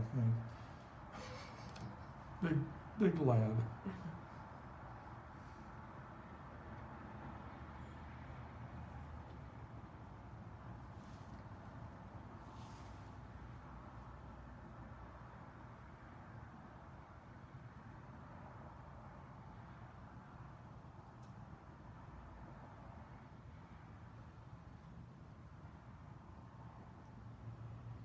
I heard something the other day about Shaquille O'Neal. I never knew. The guy's what, 7'4" or something. He only scored one 3-pointer in his whole career. I bet he's horrible at shooting free throws too. All he can do is push people around and dunk over you. Yeah, run and gun. He seems like a nice guy though. Yeah. Actually, what brought it up was he had been in a store, and this guy was there. He wanted to buy an engagement ring for his sweetie, and he was having to put it away on layaway. And Shaq walked by. He said to the clerk, "I'll pay for it." I know. I saw that. That's awesome. Yeah. I wish I had the money to do that for somebody. Yeah, I wish I could help people too. Mhm.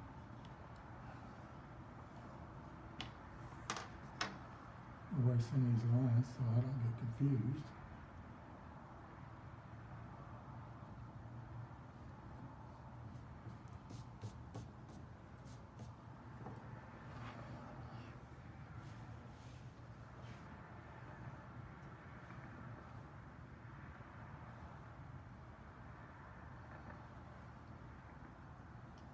So basically what I'm doing, I'm running the roof line off the page here on the right.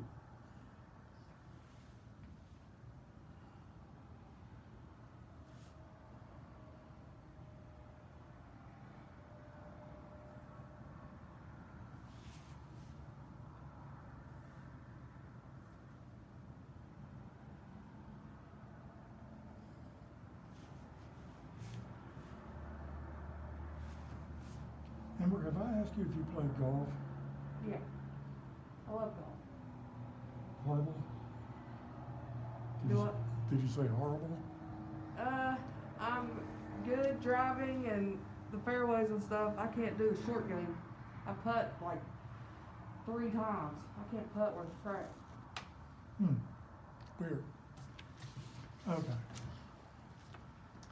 So.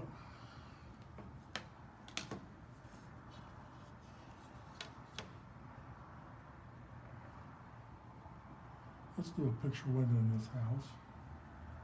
2 picture windows. And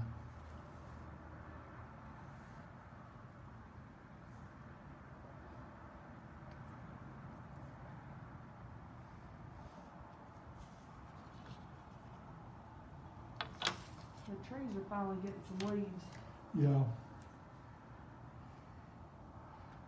But the red buds I was talking about last week Yeah. are sort of that lavender lilac color. Yeah. That's when the bluegills are on their nest and most feisty because they're protective.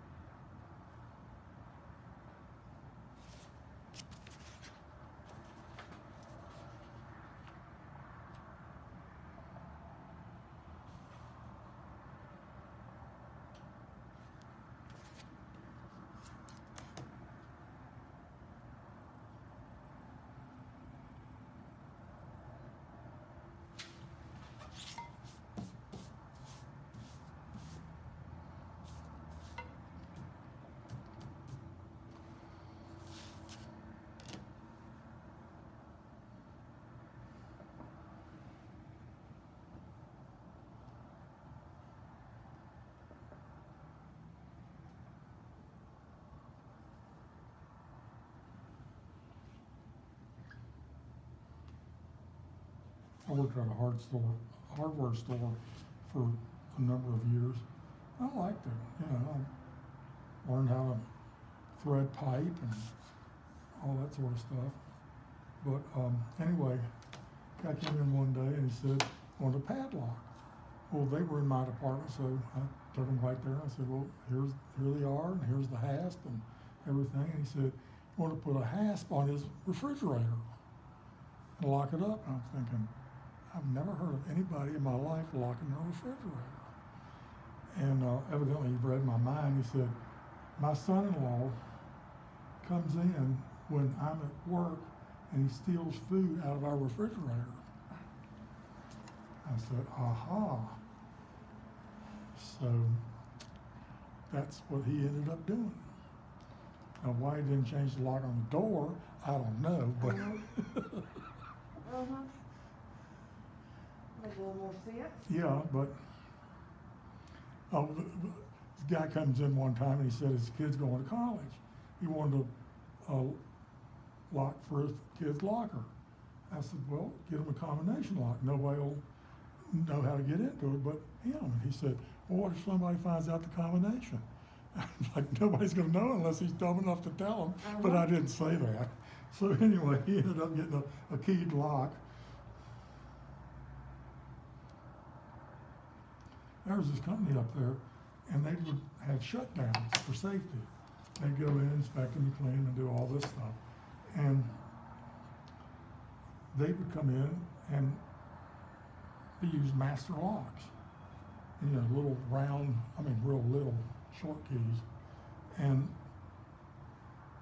they'd want 127 of them cut. I'm thinking, you know, if there's 127 of them floating around and they go make some copies for their buddies, what's the use in locking it up? Yeah. Never understood American industry.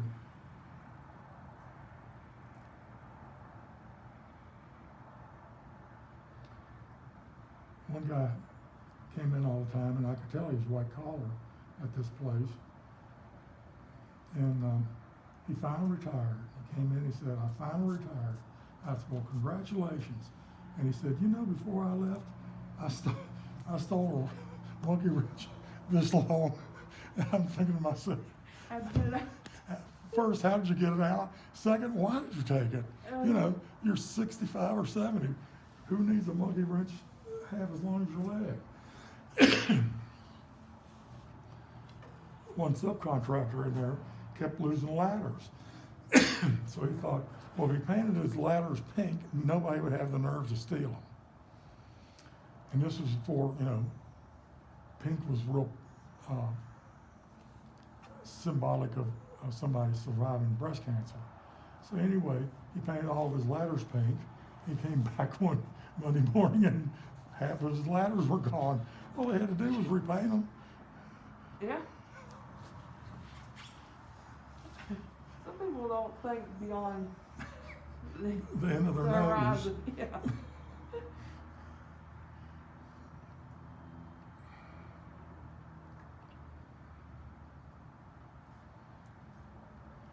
I worked at a convenience store one time, and that was a trip. That was a bad trip. I worked there from Labor Day to Easter. My days here are over. I'm going to somewhere greener pastures. Moved on to the hardware store. Well, anyway, this guy used to come in late at night. You know, we had one of those rotisseries with the hot dogs spinning on it. Well, those things had been on there since the morning shift, and I worked the night shift, 3:30 to 11. And he'd come in with just a cooler, cheap one at that, one of those plastic red and white ones, no insulation in it. And he'd scoop up those hot dogs and stick them in buns that had been there since the morning shift, and just stuff that cooler full.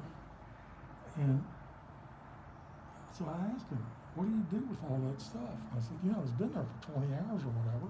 He said, oh, I take it to work. I'll sell these at work tomorrow at lunch.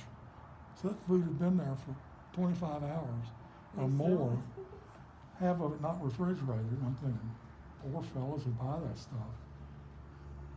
You know, I wouldn't feed that to a dog.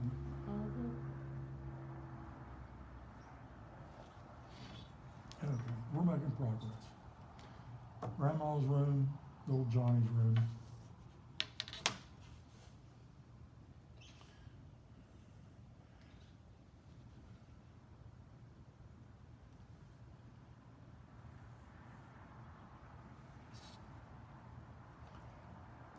I'm going to put some steps here for Johnny. And steps can be complicated if you let them be. Basically what we're doing, we've got a short side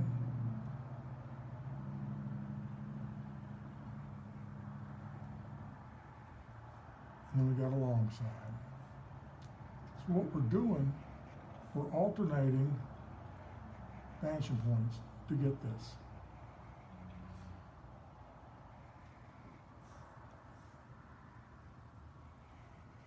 Be a lot better with a ruler. So, first of all, let me get the door drawn.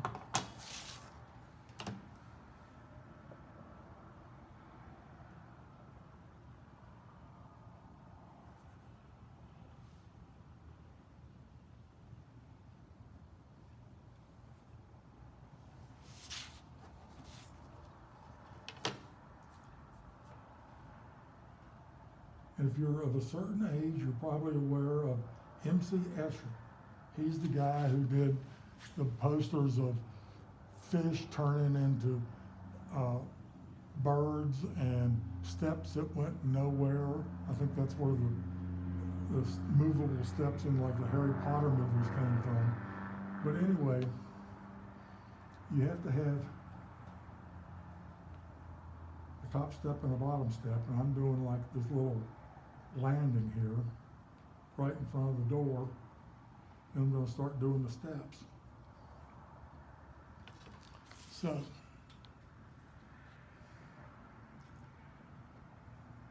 here's the long part I was telling you about.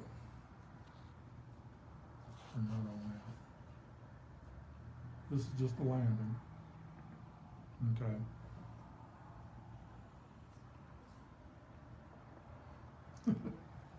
I went to a guy's house one time, and he had built the steps, and they were about this deep, you know, front to back, but they're only about this tall. So to go from like this level to that level, it seemed like it took you half an hour. Steps are supposed to be like 7 3/8 inches to 7 3.5 inches tall to meet code. But anyway, this is the top. So here comes the first step down. This is called riser.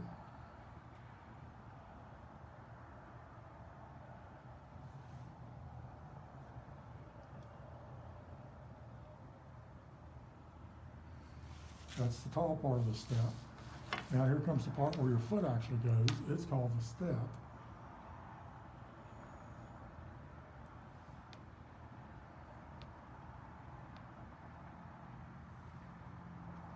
Okay, now I'm going to alternate to this vanishing point to get the short part of the step for the next part.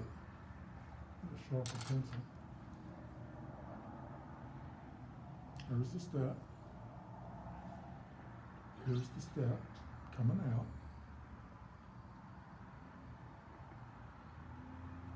Okay. Go back to this vanishing point to get the long side again.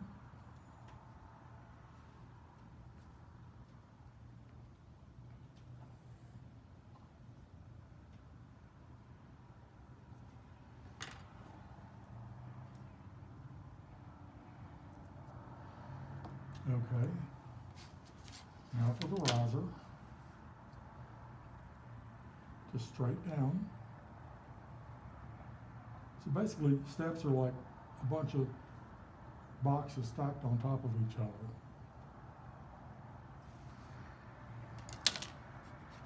And back to the long side to get the bottom edge of this step. I got a little generous on my riser there.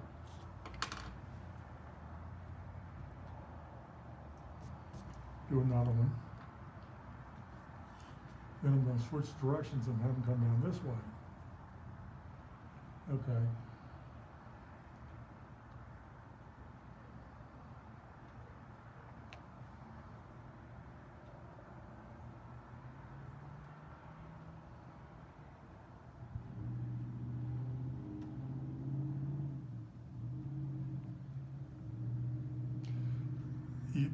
That Dave Bear's for you. Is he a good one? Yeah. Sorry it's taking me so long. I know I haven't had much time to read here lately. I get more busy when the weather gets better. I guess.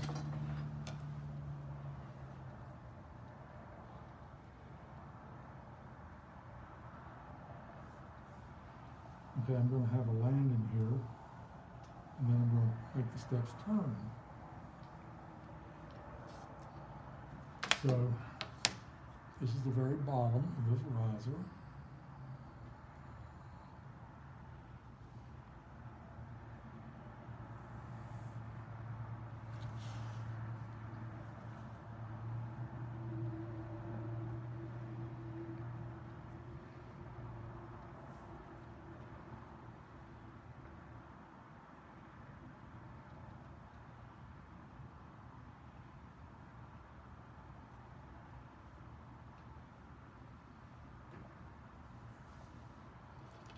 So I'm basically just alternating between the two vanishing points to get the long side and the short side done.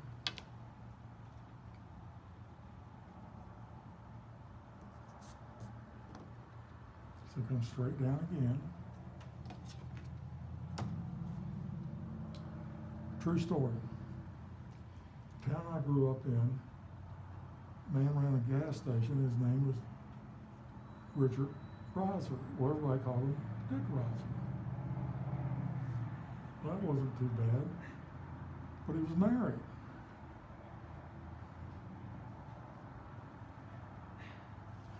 So his wife was Mrs. Dick Riser.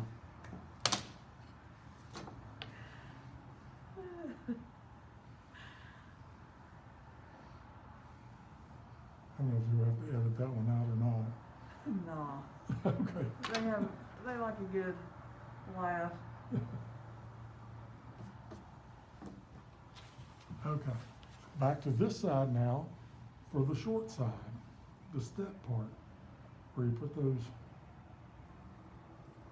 shoes, those twinkly toes.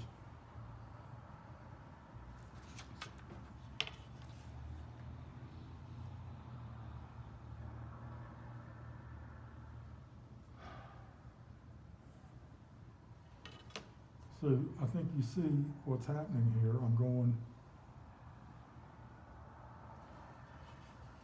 down and down.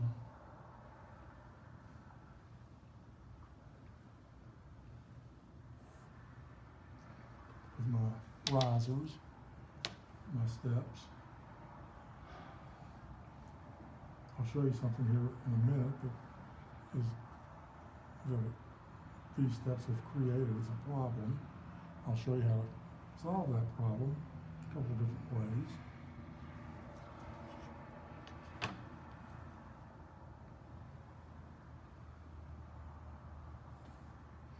You know, steps can be made out of metal or wood or concrete. I'm assuming these are concrete.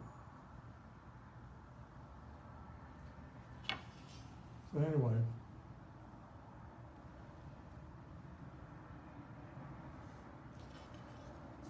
this needs a bottom and a side.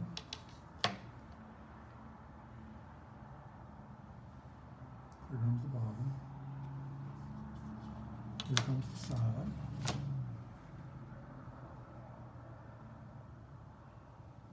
If you wanted to do dormers on a house, like a colonial or something, just remember, every time you start that box, there's the beginning corner.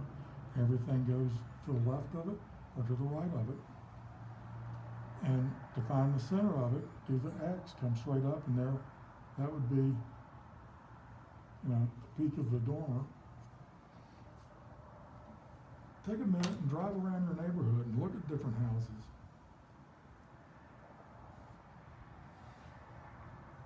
So,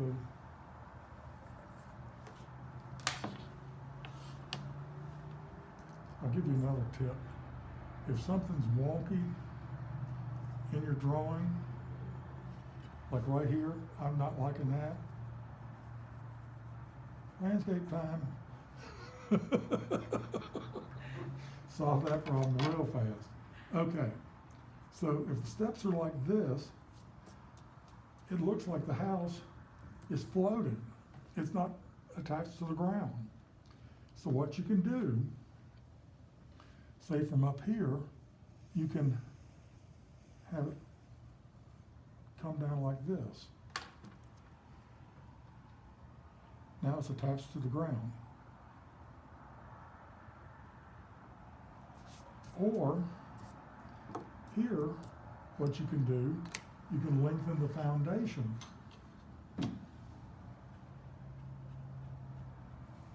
Like this. This guy goes back to here. And again, you probably have a little flower bed or something in here. So,